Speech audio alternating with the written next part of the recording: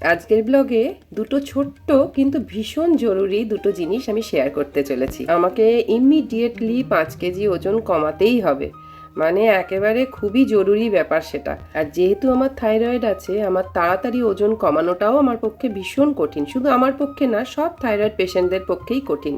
তো আমি কি ডায়েট ফলো করছি ইদানিং, সেই ডায়েটের একটা রেসিপি তোমাদের ব্লগের শেষে দেখাচ্ছি। বাগানের কিছু তরতাজা ফুল দিয়ে এইভাবে সাজিয়ে বাড়ির নেগেটিভিটিটাকে একটু দূরে সরিয়ে দিলাম। মানে এইভাবে ফুল সাজিয়ে বাড়িতে রাখলে না, সত্যিই বাড়িটা খুব পজিটিভ লাগে। আর সবটাই তো আমাদের মনের ব্যাপার। মন শান্ত, মন ভালো মানেই বাড়ি শান্ত, বাড়ি সুন্দর। সকাল থেকে রান্না, ঘর গোছানো, সবার খেয়াল রাখা, সব কিছুর ভিড়ে নিজের জন্য সময়টা খুবই কম পাওয়া যায়। তাই মাঝে মাঝে আমি চেষ্টা করি দিনের শুরুটা একটু শান্তভাবে করতে। যেমন আজ জলের বাটিতে কয়েকটা ফুল সাজাচ্ছি। খুব ছোট একটা কাজ, কিন্তু মনটা অনেকটা হালকা হয়ে যায়। আর আমি দেখেছি নিজের মনটাকে এইভাবে শান্ত করতে পারলে না, অনেক স্ট্রেসফুল কাজ কিন্তু খুব সহজে হ্যান্ডেল করা যায়। চলো যাই 4তলার ছাদে। অনেকটা সিঁড়ি ভেঙে উপরে এসেছি বলে একটু হাঁপিয়েও গেছি। ছাদের পাঁচিলে একটু বসে রেস্ট করে তারপরে দেখো ট্যাঙ্কির ঢাকাটা খুলে ফেললাম। উপরে ওঠার আগেই পাম্পের সুইচটাকে অফ করে এসেছিলাম। আমাদের পাম্পটা অটোমেটিক পাম্প। আর এ দেখো একটা মগের মধ্যে আমি কিছুটা অ্যাসিড ঢেলে নিলাম। আর এই যে স্প্রিং এর মতো দুটো জিনিস দেখছো, এই দুটোই হলো অটোমেটিক পাম্পের বস বলতে পারো। মানে বসের গায়ে নোংরা জমলে অটোমেটিক পাম্প একেবারে ধরাশায়ী। এই কাজের দায়িত্বটি নিতে নিজের কাঁধে আমি বাধ্য হয়েছিলাম জানো, কোভিডের সময়। হঠাৎ করেই তো সারা পৃথিবী স্তব্ধ হয়ে গেছিল। এইবার হলো কি, আমার অতটা খেয়ালও ছিল না। পাম্প আমাদের অটোমেটিক, ট্যাঙ্কি খালি হলে অটোমেটিক জল ওঠে। হঠাৎ একদিন দেখছি পাম্পে জল আর উঠছে না।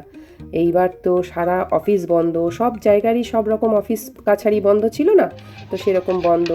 এইবার টেকনিশিয়ান ভাইটার মোবাইল নাম্বারটা যেহেতু আমার কাছে ছিল, অফিসের ফোনে তো রিং করছি, ফোন তো আর তুলছে না, কিন্তু এই মেকানিক ভাইটার নাম্বারটা কি ভাগ্যিস ভালো আমি আমার মোবাইলে রেখে দিয়েছিলাম। তো তাকে ফোন করলাম, ও আমাকে বলে দিল যে দিদি ভাই তুমি এইভাবে করো, দেখো একটু সাহস। প্রথমে তো মানে আমার হাত পা কাঁপছে, কাকে দিয়েছে রাজার পাট। আমি এইসব ব্যাপারে ভীষণ ভীতুই। মানে কি বলো তো, এইসব ইলেকট্রিকের কারেন্ট আমি একটু ভয়ই পাই। তো ওই টেকনিশিয়ান ভাইটা, ওর নাম তাপস ভাই, আমাকে মোবাইলটা বললো আমি ধরে রয়েছি, আপনি পরপর স্টেপগুলো বলছি আপনি করুন। ও মা, দেখলাম জলের মতো সোজা স্টেপ, কিছুই ব্যাপার না। আর তখন এইটুকুনি কাজ সারার জন্য মেকানিক ভাইরা, মানে অফিস থেকে কেটে কুটে আর কি ওরা তো পেতো, অফিস থেকেই কাটতে হচ্ছে, মানে অটোমেটিক পাম্পের অফিসের কথা বলছি, সেইটা কাটতে হচ্ছে 500 টাকা। 500 টাকা তখনকার দিনে লাগতো, আর এখন হচ্ছে 800 টাকা। বুঝতে পারছো, 2 মিনিটের কাজে 800 টাকা তুমি সাশ্রয় করে ফেললে। দেখলে তো, অ্যাসিডের মধ্যে ডোবালাম, তারপরে ফ্রেশ জলে চুবালাম, ব্যাস কেল্লা ফাতে। এই ছাদটা হচ্ছে 4তলার ছাদ, তার মানে এটা আমি 5তলার কাছাকাছি দাঁড়িয়ে। এই দেখো কি সুন্দর ভিউ, দেখেছো? ওঠা হয় না চট করে, আমি ওই 2 মাসে একবার উঠি। 2 মাস পর পর এই ক্লিনিং করতে উঠি, ওই সেন্সারগুলোকে তোমাদের যেটা দেখালাম। দেখো কি সুন্দর, দিওয়ালির সময় যা লাগে না, লাইটে ভরে যায়। সন্ধ্যাবেলাটাও খুব ভাল লাগে, লাইট জ্বলে। সাদা পাঁচিলটা, এটা হচ্ছে এয়ারপোর্টের পাঁচিল, স্ট্রেট এটা এয়ারপোর্টের বাউন্ডারি, ওইদিকে গেছে। এই যে বিল্ডিংটা দেখছো না, এই বিল্ডিংটা হওয়ার পর থেকে রানওয়েটা দেখা যায় না। এই যে এই বিল্ডিংটা হওয়ার পর থেকে রানওয়েটা দেখা যায় না, নাহলে এত সুন্দর রানওয়ে দেখা যেত। আর কি করা যাবে, কিন্তু এইটুকুও কম নয়। এত সুন্দর পরিবেশটা, মানে দেখলে এত ভালো লাগে, বিশেষ করে সন্ধেবেলা। এত হাওয়া, এখন তো একটু হাওয়াটা কম, নারকেল গাছগুলো এমন দোলে, খুব ভাল লাগে। আজকে মার্চ মাসে করলাম, আবার মে বা জুনের ফার্স্ট উইকে করতে হবে। এই কাজটা আমিই করি, ওই দায়িত্ব দিয়ে আমি দেখেছি কাজ ভালো হয় না, জানো তো। সংসার মানেই তাই, হয়তো তুমি কিছু কাজ সবটা না পারলে হেল্পিং হ্যান্ডকে দরকার পড়ে, কিন্তু হেল্পিং হ্যান্ড হেল্প করার জন্যই, পুরো দেখভালটা নিজেকে করলে ভালো হয়, সব কাজটুকুই ভালো হয়।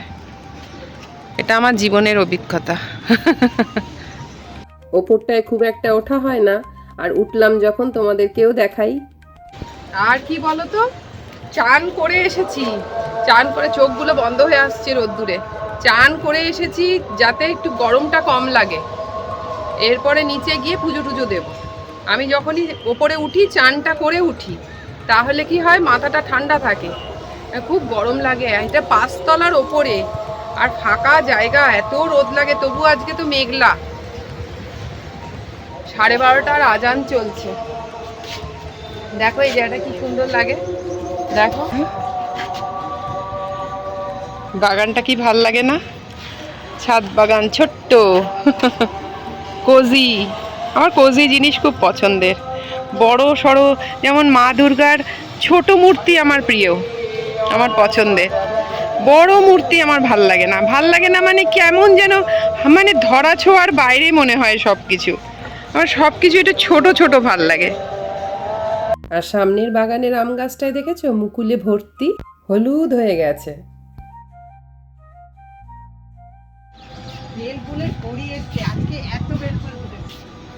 দিনের বেশ কিছুটা সময় এই গাছ ফুল নিয়ে বেশ ভালো লাগে। ওই দেখো, এই কাজটা করব করব করে করাই হচ্ছিল না, জানো তো। শরীরটা কদিন ধরে ভালো লাগে না, মনটারও মাঝে মাঝে গন্ডগোল, সব মিলেমিশে না। এই বয়সটায় মনে হয় আমাদের সবারই এরকম একটু আধটু হয়, তাই না? আমার মতো যেসব মহিলাদের বাড়ির খুঁটিনাটি সবটাই খেয়াল রাখতে হয়, এবং যাদের বাড়িতে অটোমেটিক পাম্প আছে, তাদের ক্ষেত্রে আজকের ব্লগটা আশা করছি খুব হেল্পফুল হবে। বলেছিলাম ব্লগের শেষে আমার ওয়েট লস জার্নির একটা চটজলদি রেসিপি তোমাদের সাথে শেয়ার করব, তো এই শুরু করলাম। অল্প একটু সাদা তেল, মানে আমি সাফোলা ইউজ করি, ওইটুকুনি নিলাম। দেখতেই পেলে 1/2 চামচ কি 1 চামচের মতো। প্রথমেই রসুন কুচি, তার সাথে পেঁয়াজ, ক্যাপসিকাম সব সতে করে নিচ্ছি। আর হচ্ছে বয়েলড ব্রোকলি আর বয়েলড মাশরুমও দিয়ে দিয়েছি তার মধ্যে। আচ্ছা, আমার কাছে yellow bell pepper, red bell pepper এসব কিছুই ছিল না, তাই দিতে পারিনি। যখন থাকে তখন দিই। সাথে একটু কড়াইশুঁটি, আর হচ্ছে একটু পনির হালকা সতে করে রেখেছিলাম, মানে ওই আর কি, ফ্রাইং প্যানে একটু পোড়া পোড়া মতো করে রেখেছিলাম। সাথে নিলাম সিজনিংয়ের জন্য অরিগেনো আর রেড চিলি ফ্লেক্স। আর last but not the least, একটু গোলমরিচের গুঁড়ো, যেটা খুবই এসেনশিয়াল এবং হেলদি আমার এই ওয়েট লস জার্নির রেসিপির জন্য। ইউটিউবে জানো কত এরকম ওয়েট লস জার্নির রেসিপি আমি পাই, দেখি, সবই দেখা হয়। আমার নিজের ভাগনা, যার নাম চিকি, ও এত সুন্দর সুন্দর ওয়েট লস জার্নির রেসিপি করে, মানে দেখে তো আমি শুধু মুগ্ধ হয়ে দেখতেই থাকি, কিন্তু নিজের জন্য দিনের শেষে আর করা হয়ে ওঠে না। আজকে হ্যাপিও বলেছে খাবে, তাই হাফটা আমার হাফটা হ্যাপির, সাথে একটা করে ডিম সেদ্ধ। ব্যাস, এটাই আমাদের আজকের ডিনার। শরীরের জন্য স্যাক্রিফাইস তো করতেই হবে, বলো। চলো আজকের মতো এতটুকুই, দেখা হচ্ছে তোমাদের সাথে আবার পরের ব্লগে। ততক্ষণ পর্যন্ত তোমরা সবাই খুব ভালো থেকো। টাটা।